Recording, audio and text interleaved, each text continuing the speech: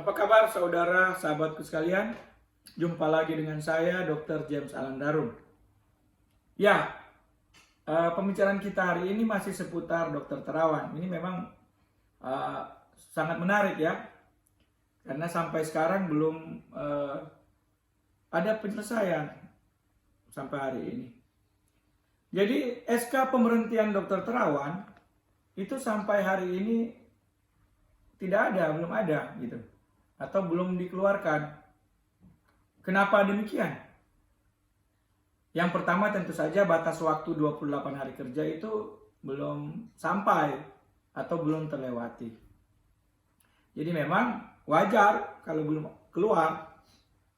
Yang kedua, keputusan muktamar di Banda Aceh untuk pelaksanaan keputusan tersebut itu dilakukan oleh pengurus besar IDI, pengurus besar Ikatan Dokter Indonesia. Nah, sampai saat ini pengurus besar IDI belum ada pelantikan. Jadi kelengkapan kepengurusan belum dilantik. Sehingga memang akan bisa jadi perdebatan lagi kalau belum ada pelantikan pengurus besar, tiba-tiba sudah ada keluar SK pengurus besar. Meskipun bisa saja ada alasan pembenaran, ya sah-sah saja. Selama internal organisasi membenarkan, bisa saja. Tetapi secara logika atau secara penerimaan publik, wajar kalau bisa jadi pertanyaan yang melebar lagi. Jikalau belum dilantik kepengurusan, tiba-tiba sudah keluar surat dari pengurus besar IDI yang ditandatangani oleh ketua umum. Kalau keputusan ini hanya cukup dijalankan oleh ketua umum, ya tidak perlu tunggu pelantikan. Karena ketua umum sudah disahkan, sudah dikukuhkan. Tapi saya yakin minggu depan SK pemberhentian ini sudah ada gitu. Tapi memang hal yang ketiga yang menjadi pertimbangan kenapa SK ini belum keluar, yaitu mekanisme setelah SK keluar. Karena PBID juga harus langsung menjelaskan, karena harus ada proses setelah SK keluar. Jadi kalau tidak ada penjelasan, lalu setelah SK keluar, selanjutnya apa? Kan tidak demikian. Jadi ada hal-hal teknis setelah SK keluar. Jadi itu sudah langsung disusun. Tidak bisa lagi setelah SK diumumkan, terus kita menunggu lama lagi, tidak. Jadi mekanisme kan sudah jelas, yang seperti postingan saya sebelumnya. Yaitu setelah SK keluar, maka pengurus besar itu akan mengirim surat kepada pengurus IDI cabang untuk memerintahkan pengurus IDI cabang mencabut rekomendasi izin praktek Dr. Terawan. Nah, IDI cabang ini adalah IDI cabang di mana Dr. Terawan ini terdaftar sebagai anggota, atau di mana Dr. Terawan meminta rekomendasi surat izin praktek. Jadi itu sudah jelas. Meskipun demikian, memang menurut ART, setelah sanksi diberikan atau pemberhentian itu ditetapkan atau secara resmi, memang ada mekanisme menurut ART pasal 8.4, yaitu ada forum pembelaan yang dapat diminta oleh yang terhukum untuk mungkin membela diri ya, atau ada alasan-alasan lain. Tetapi kalau saya melihat dari proses yang panjang ini, meskipun memang ada sedikit hal yang luar biasa yang kita dapat beberapa hari yang lalu atau minggu lalu lah katakanlah, di mana menurut MKEK memang undangan dari divisi disiplin maupun sidang kemahkamaan itu tidak satupun dihadiri atau Dr. Terawan datang. Namun pernyataan Ketua Umum PBID sebelumnya atau 2 periode sebelumnya, Profesor Ilham Utama Marsis, dia menyatakan bahwa sebenarnya dia sudah mengundang Dr. Terawan dan bahkan mereka bertemu. Dan dalam pertemuan mereka ada diskusi dan ada kesepakatan antara. Kenapa saya sebut kesepakatan antara? Karena kesepakatan itu memerlukan tindak lanjut.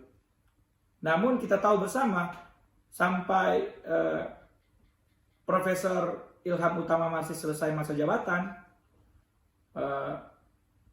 tindak lanjut ini atau proses ini berhenti, jadi tidak selesai. Begitupun berlanjut di kepengurusan berikut, yaitu Dr. Daeng Muhammad Fakih, sampai pada kepengurusan saat ini, Ketua Umum Dr. Muhammad Adib Kumaydi. Tapi kita sudah jelas mendengar baik di pernyataan beliau di DPR RI, Komisi 9 maupun di media, di mana dia sebagai Ketua Umum akan menjalankan keputusan muktamar ini. Jadi dia akan menjalankan keputusan untuk pemberhentian Dr. Terawan secara tetap.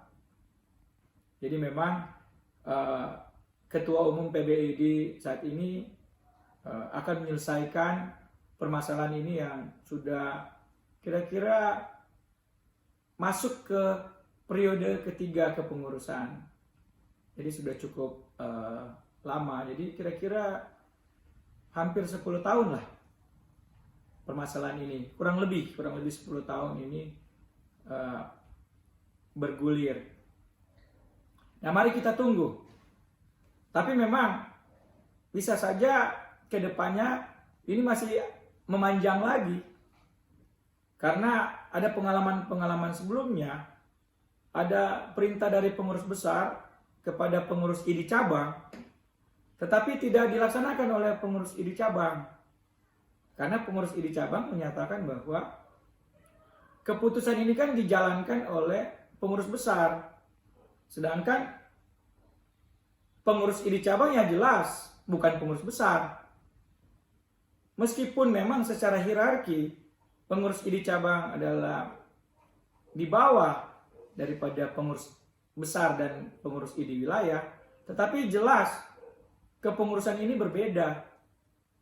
Pengurus besar itu meskipun ada anggota-anggota yang berasal dari pengurus ID wilayah maupun pengurus ID cabang, tetapi dia merupakan kepengurusan yang berbeda, kepengurusan tersendiri.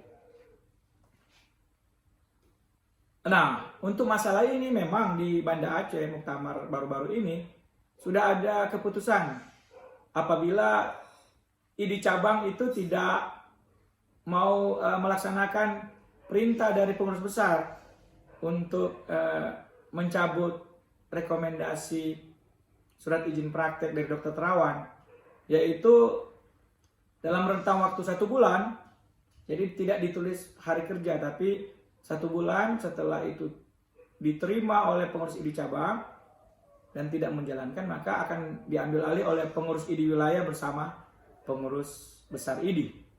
Nanti pengurus ID cabang itu akan diberikan sanksi organisasi. Nah, kita tunggu.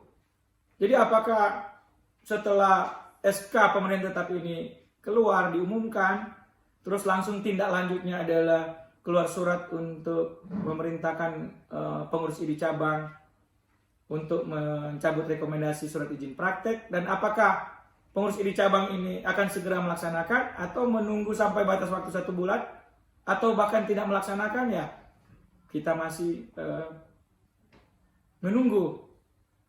Adapun soal harapan saya dan banyak juga yang berharap bahwa akan ada titik temu atau akan ada penyelesaian damai antara PBID dan Dr. Terawan, saya melihat justru makin hari makin kecil peluangnya.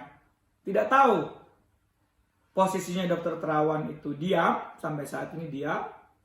Posisi pengurus besar menyatakan bahwa untuk mediasi atau ketemu ya jelas memerlukan inisiatif dari kedua belah pihak. Jadi kalau cuma satu belah pihak, tentu saja titik temu atau mediasi ini tidak mungkin terjadi. Jadi kita melihat saja bahwa saya yakin akan ada respon publik juga setelah keputusan atau SK ini keluar. Ya, jadi kita tunggulah. Saya yakin kemungkinan minggu depan SK ini sudah kita tahu, mungkin kita baca ya di media atau medsos ya. Maka kita akan menyimak tindak lanjutnya. Jadi ini seperti sinetron. Jadi terus bersambung. Dan semakin hari semakin kita penasaran. Tapi sekali lagi kita berharap tentu saja hasilnya adalah yang terbaik buat kita semua. Terima kasih karena sudah menyimak postingan saya ini. Sampai kita bertemu lagi. Salam damai.